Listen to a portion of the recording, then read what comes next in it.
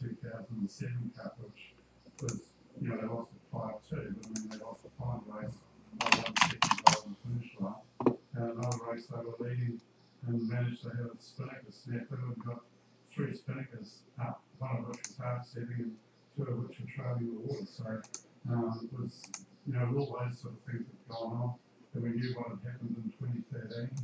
And then it was how they survived the siege that Oracle started after 2007 when they took the cup back to court. And it was a real story, wasn't it?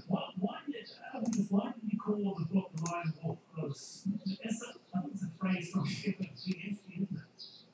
Well, Doc's actually coined it.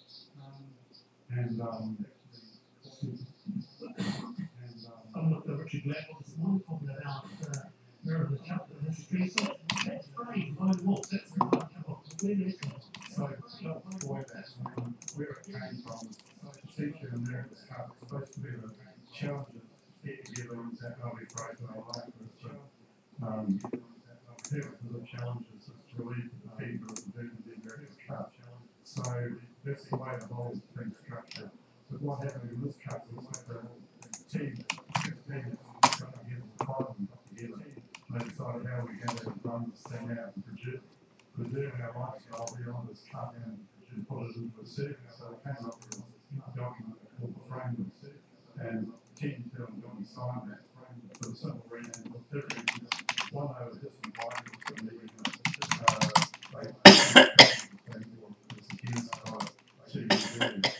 and then they didn't want to be locked in a situation where we had no team coming in 2 years because they knew that it came back to Auckland when Auckland's been struggling here for 4 years. There's no way they could have done it in 2, so a couple of probably stayed in Berlin. What are the defining features? What are the entry features?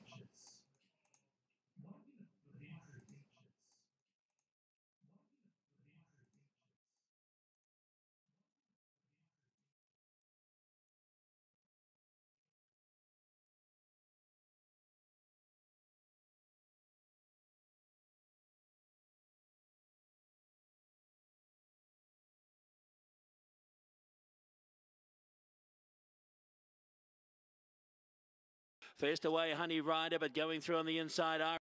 First away, Honey Rider, but going through on the inside. First away, Honey Rider, but going through. Melbourne Cup perspective, that was certainly what social media like with the way that horse hit the line. Oh, it's huge, and I think he's actually coming to a favouritism in Australia now. I still think El Menden is probably the horse to beat in the Melbourne Cup at this point, but yeah, obviously a very good trial. Okay, Emily, back to you. So what was the wash-up around the Murray Baker runners, of course, John Snow and Bonneville? The Murray Baker runners, of course, John Snow and yeah, I managed to grab Murray after the last race of the day as well, and as you might imagine, very disappointing in his opinion around Bonneville. I actually spoke to Karen McAvoy as well. We didn't get an interview, but I had a good chat with him, and he said, I'm not sure I rode her the greatest, and I said, oh, I don't know, I think she was pretty disappointing. So he maybe didn't feel that his ride was the best, but I think Bonneville was pretty disappointing, and as you mentioned with John Snow, he got a pretty bad check up the straight. A couple of others I can just highlight as well. Damien Lane disappointed with Humidor. He said it just hung in all the way up the straight, and Caitlin Mallion, she said her arms were still numb last night. So when I saw her later on, she said that horse, he's just ignorant. I just could not stop him. But we did catch up with Murray, and we can find out his thoughts post-race, and obviously where these horses are going to go with regards to the Melbourne Cup.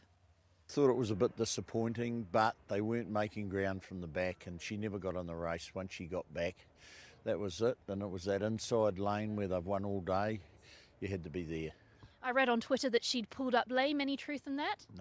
No truth. She seems good as gold, but we'll probably rest her now. I thought she was a little bit disappointing. She never really got going and came into it. But John Snow won a good race. He got knocked down at about the 200 metres, finished 9th, but otherwise I think he'd have been a bit closer. Any truth in the track bias today, do you reckon? Oh, most certainly. Well, you could see it. You know, it's the way it was. They're all winning on the fence. If you got out, you were no chance. And what about towards the Melbourne Cup? Any chances that these two are going to push forward? Yeah, John Snow will probably push forward. He just had a little bit of trouble getting around the corner today, Stephen Baster said. on a couple of occasions, but he's a big horse, and I think he'd probably be better suited to Flemington.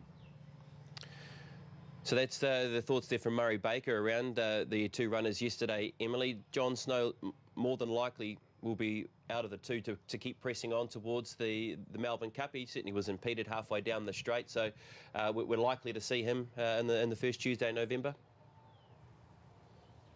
Yeah, you're right, Brendan. That's exactly what Murray said. And I think what Murray said with regards to the track, he also said to me afterwards that he thought that Flemington would suit John Snow a lot better, a wide, sweeping track where John Snow is able to make up maybe more ground here at the tight turning Caulfield is potentially going to suit him. And I think a great decision with the mare. Put her out and save her for another day. I mean, what a horse for the autumn. She can have a good spell now, come back here in the autumn, and Queen Elizabeth or any of those big races in the autumn are just going to be hers for the taking, really. She's going to be one of the top contenders in any of those.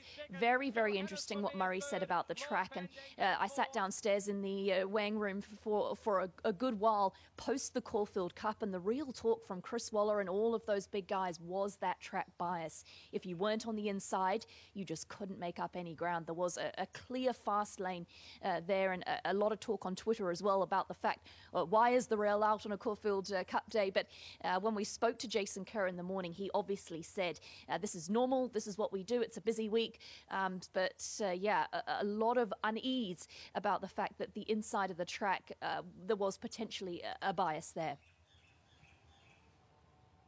Exactly, and one thing we saw Emily Sarah bringing up about the Twitter, Dominic Byrne, who's one of the best form analysts in Australia, he was on Twitter last night and making a clear point that there was an absolute bias towards those horses who were on speed and inside. So for any horse who was coming from back and wide, hence why Marmello's run was so good, and that's obviously a horse that's caught his eye as well. You know, he's a gun when it comes to Melbourne Cup, and that's his horse, obviously going forward from that race.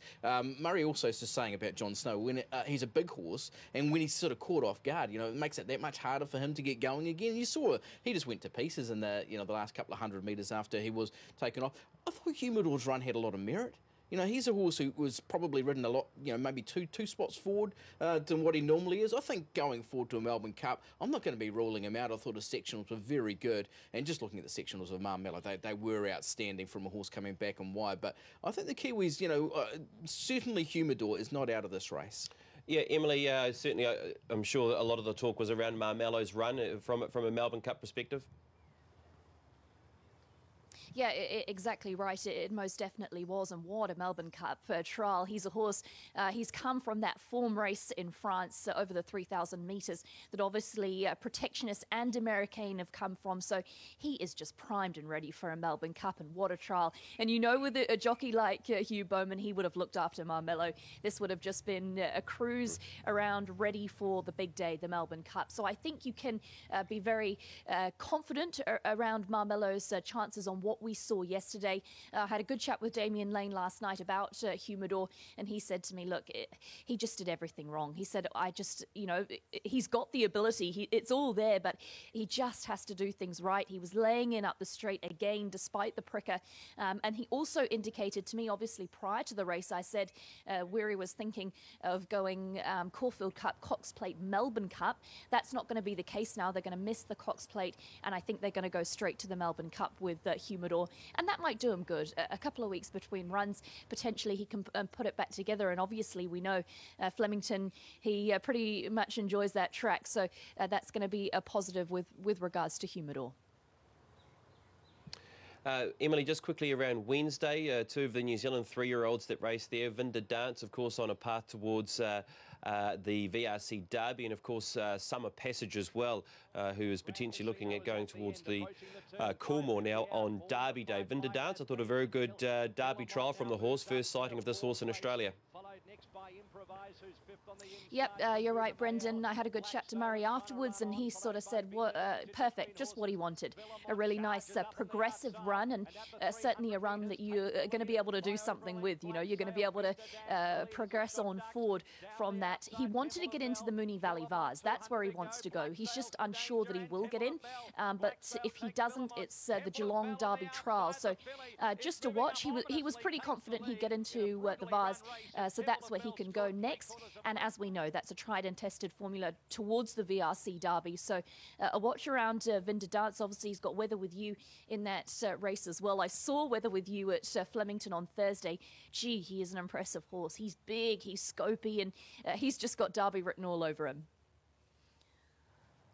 Yeah, it's right. It's sort of hard to get a line on his runs, but I think he's just going to need more ground. I think he needs the race to be run to suit him, doesn't he? He's a real grinder, I thought, Aidan, Weather With You. So, yeah, I don't want to drop him yet anyway at $21 in that market. Yeah, he's drifted out. Obviously, the Geelong run will be really the determining factor whether he goes forward or not. So, yeah, it'll be interesting. And, of course, Lizzie Lamore goes around in the Geelong Cup the same day, just trying to press her Melbourne Cup claims. All right.